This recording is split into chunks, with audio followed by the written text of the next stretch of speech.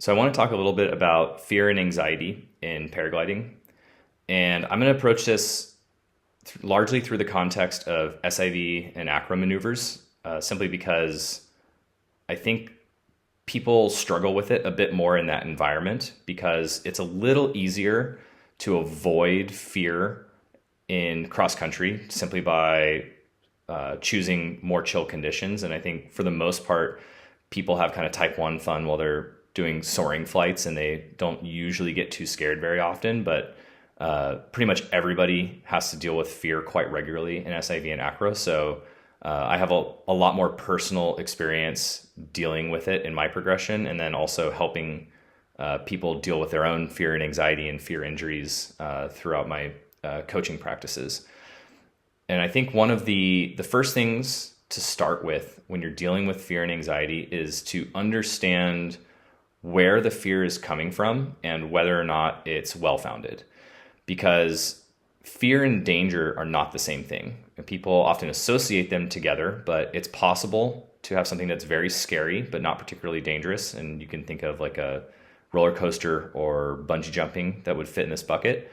And then, conversely, you can also have things that are quite dangerous but not scary. And usually that's because there is something that is not intuitive, especially to our instincts and primal brains, that is only dangerous and scary, or only scary if you have an intellectual understanding of the risk. And things like avalanches or flying in the lee would be really good examples of this, because our brains don't know anything about these problems natively. So you can be blissfully ignorant while in great danger. And then, of course, there's plenty of times where you are in a serious situation and you're scared for good reason.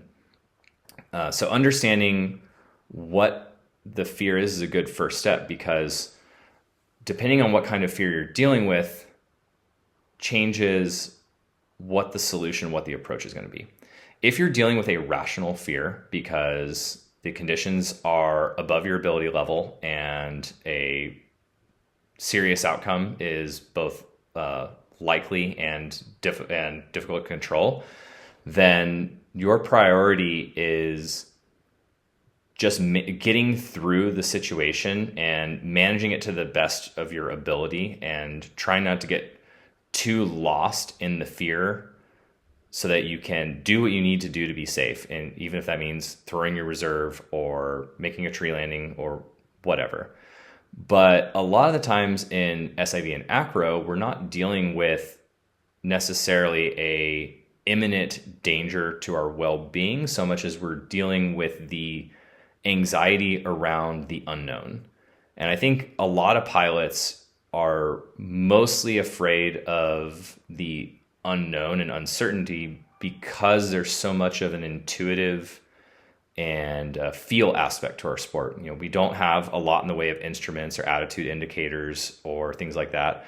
Our controls are entirely based on senses rather than like a mechanical amount of input. And that can be really overwhelming for people because they know enough that they're aware that bad things can happen, but they don't know where that line is. So when you're dealing with that kind of fear, where you know that there's something out there, but you don't have enough experience to know how to manage it, there's a system I use that makes it a little more analytical to process the fear and not be paralyzed by it. So to start with, you want to stack the odds in your favor. And what I mean by this is there's so many variables in the sport that can contribute to negative outcomes or fear and anxiety that you really want to stack the deck in your favor. So in the context of training SIV and acro, it means you're super high, you've got good equipment that's appropriate for your ability, you've got your reserves in good condition, ideally multiple of them, you're over the water, you've got the life jacket, you've got the boat, you got the guy on the radio, you slept well, you're well fed, you're hydrated, you've briefed the maneuvers, you kind of like everything that needs to be put in place to remove a lot of the legitimate threats to safety have been dealt with.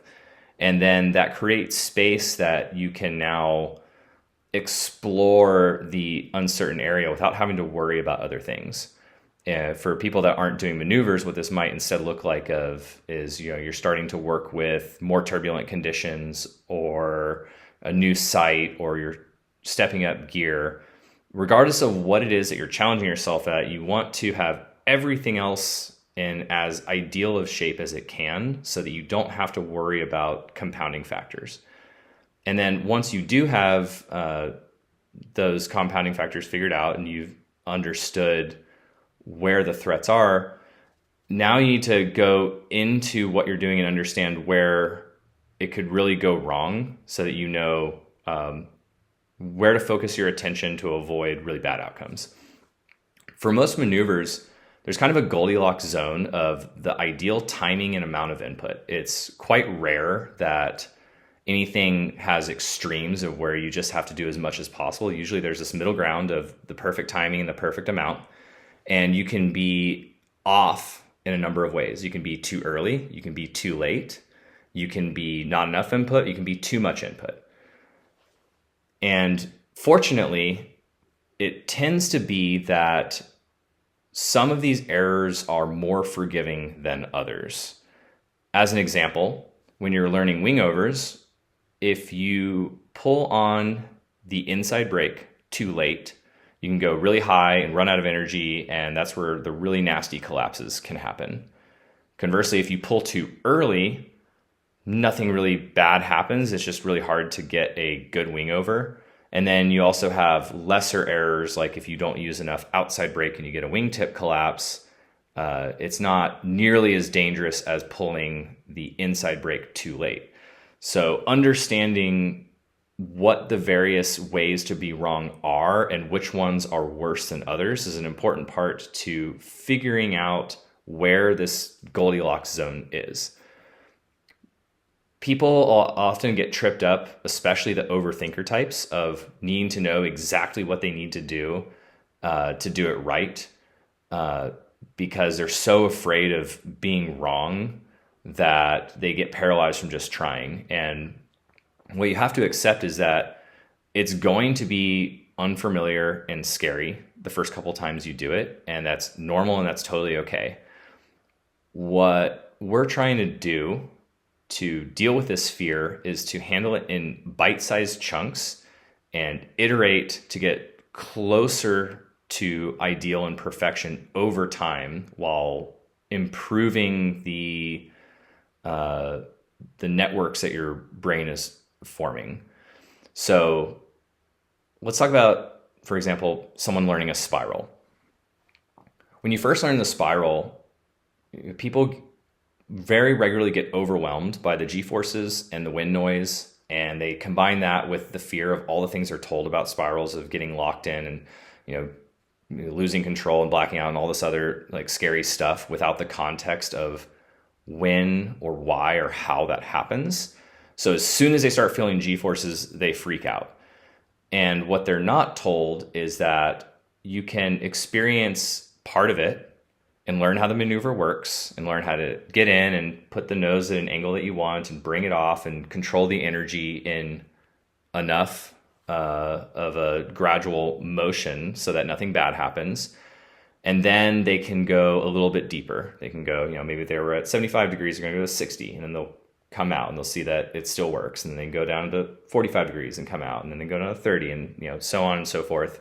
And each time they're doing this, they get to dip their toes a little bit further in the pool, get a little more experience of the intensity. They start to reinforce the brain pathways of how much and when to pull. And they also get this positive reinforcement that even though it was scary and they did it and nothing bad happened, they start to replace this unknown fear with this known experience that they can draw from.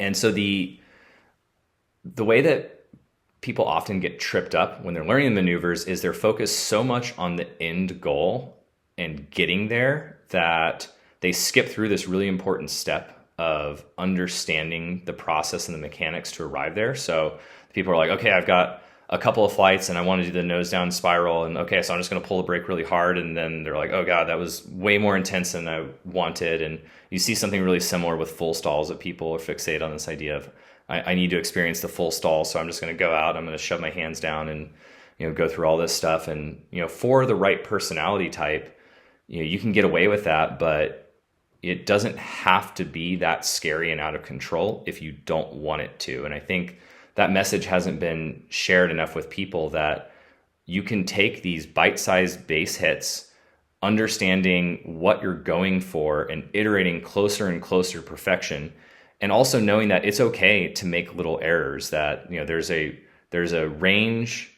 of acceptable error where nothing crazy bad is going to happen, and that it's okay and normal to make mistakes along the way. The nice thing about this whole process of dealing with overcoming fear and anxiety is an unexpected effect people don't realize is, in the beginning, when you have no reference point and your brain doesn't know what to do with all this extra stimulation, everything's a blur, and it looks like you're seeing the world through like binoculars, or through like looking through a paper towel roll or something. Like, you have no peripheral vision, the world's a blur, everything's fast, you can't perceive any detail, your situational awareness is collapsed to nothing. And this is a sign that you're just overwhelmed and your brain doesn't know how to process the information yet.